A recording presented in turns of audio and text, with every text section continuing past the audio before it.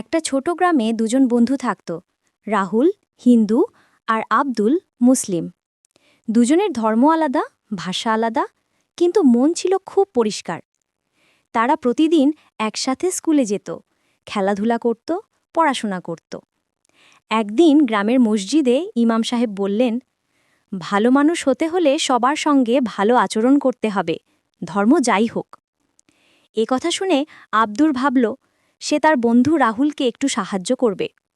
পরদিন রাহুল স্কুলে আসতে পারেনি, কারণ তার বাবার অসুস্থতা ও বাড়িতে কাজ ছিল। আব্দুল দেরি না করে রাহুলের বাড়িতে গিয়ে কাজ করতে সাহায্য করল। জল আনা, ওষুধ আনা, দোকান থেকে জিনিস কেনা। রাহুল খুব আবেগে বলল, তুই তো দোস্ত না, আমার ভাই।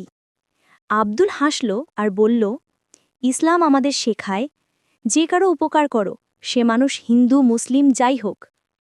সেদিন রাহুল বুঝল, ভালোবাসা, সাহায্য আর মানবতা সব ধর্মেরই শিক্ষা।